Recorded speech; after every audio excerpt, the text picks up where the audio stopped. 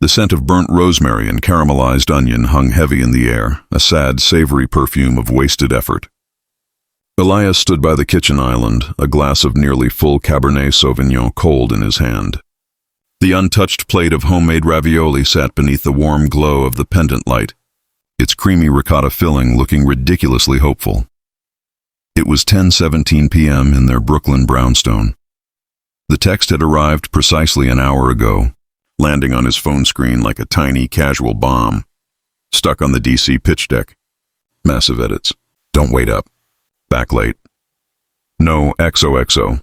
No miss you. Just 5 cold, professional words punctuated by a vague excuse. Elias stared at the message, the blue light of the phone reflecting in the dark wine. For months he'd been collecting the little pieces of the puzzle, dismissing them as the cost of a demanding career. The late-night meetings that stretched past midnight, the weekend work retreats in the Hamptons, the way his wife, Clara, had started keeping her phone perpetually face down on the nightstand. He was an architect. His whole life was about structure, about seeing the foundation and anticipating the stress points. But in his own marriage, he had willingly ignored the cracks. She's the new VP of marketing. Of course she's busy. It's just stress. Everyone's overloaded. You're imagining things, Elias. Stop being the needy spouse. But tonight, the structure had failed. The pitch deck excuse felt thin, transparent.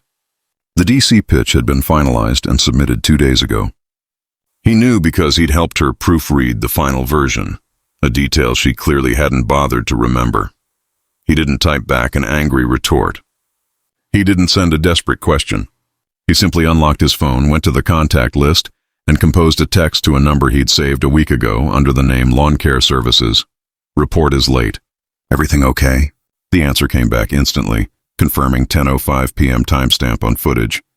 West Village residence. Subject accompanied by male, Mark, 6'1", light hair.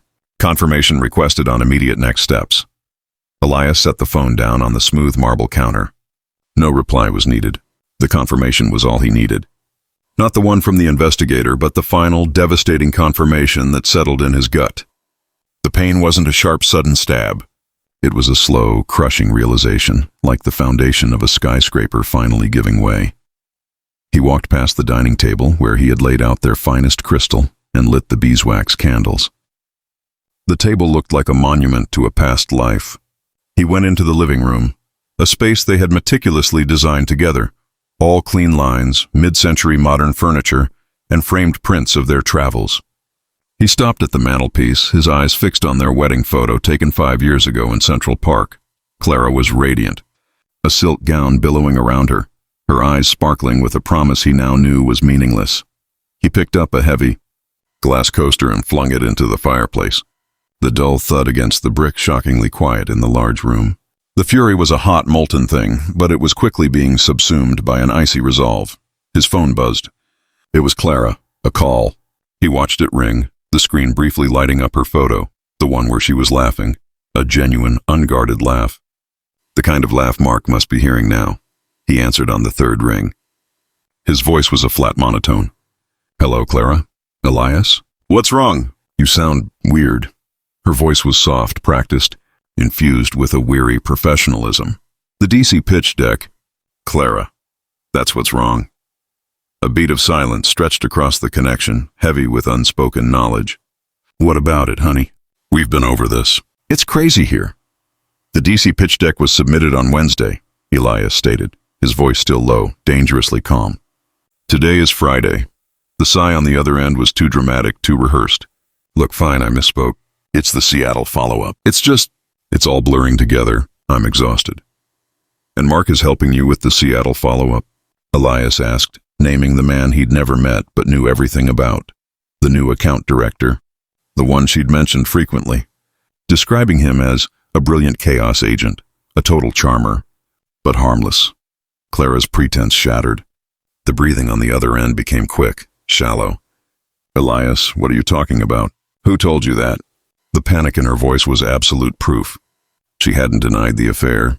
She had jumped straight to finding the source of the leak. It doesn't matter who told me. It matters what's true. It's not what you think.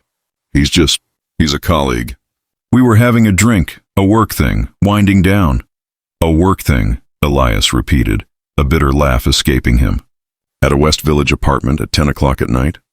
Is that how high-powered marketing executives wind down now? It never meant to happen, she whispered, her voice cracking. It was just one night. A mistake. You have to believe me.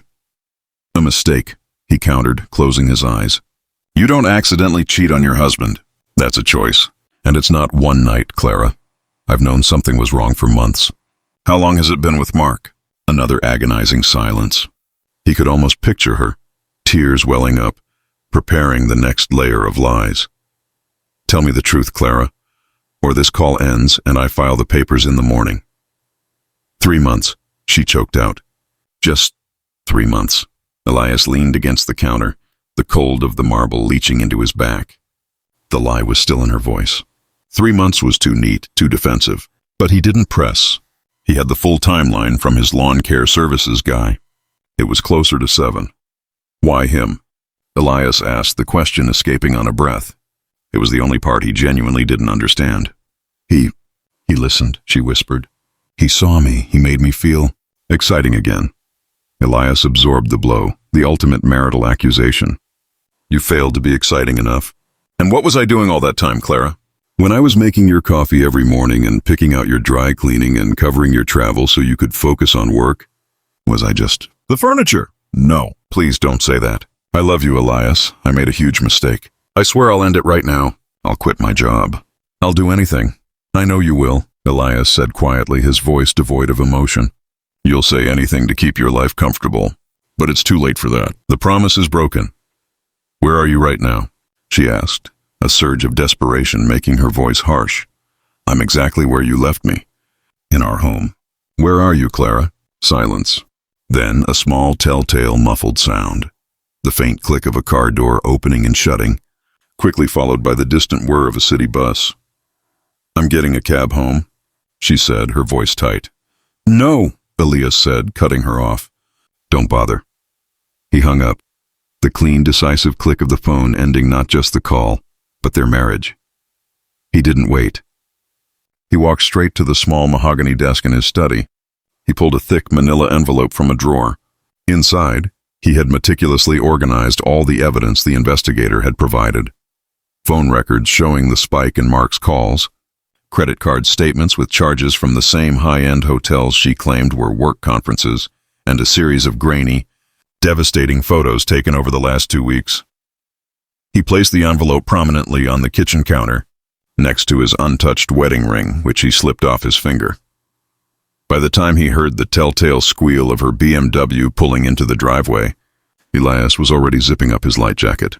He walked through the front hall just as she burst through the door, her hair slightly disheveled, her eyes wide and wet with fear. Elias. I'm so sorry. Please, let's talk, I swear, it's over. She lunged towards him, reaching for his arm. He stepped back with a calmness that unnerved her more than any shout would have. Don't touch me, Clara. She froze, her hands dropping to her sides. It was a mistake. It meant nothing. Please, you're my life. Elias looked at her, his expression a mask of finality. A mistake is ordering the wrong coffee. This, he gestured towards the counter, is 7 months of calculated choices. And I knew, Clara. I've known for 2 weeks. I just wanted to see if you had the decency to ever tell me the truth. Her eyes darted to the counter, saw the ring and the thick envelope, and the color drained from her face. She looked utterly exposed, her carefully constructed double life collapsing around her. I can explain, she stammered, picking up the envelope with trembling fingers. No, you can't, Elias interrupted. The documents inside do all the explaining. You said Mark made you feel seen. I hope he makes you feel loved because you no longer belong here. This isn't your home anymore. He walked past her towards the front door. Where are you going? She cried, her voice rising to a frantic shriek. I'm going to get some air, he said, turning back one last time. And I'm not coming back. You have until tomorrow morning to pack your personal belongings. The divorce papers will be filed on Monday. He opened the door and stepped out into the crisp New York night. The air was cold, a clean, refreshing slap in the face. He walked down the steps, leaving the warmth and the lies behind him. He didn't look back at the brownstone or the woman standing shattered in the doorway. He just kept walking, the silence of the street feeling like the first honest thing he'd felt in months. His phone buzzed one last time. It was a text from Clara. "I will never forgive myself for what I've done to us." Elias paused on the corner of the block. He didn't need to read it. He knew the apology was for her own conscience, not for him. He hit delete without a second thought. The betrayal was complete. And sometimes the most powerful ending is not a scream or a fight, but simply the quiet, dignified sound of the door closing for good.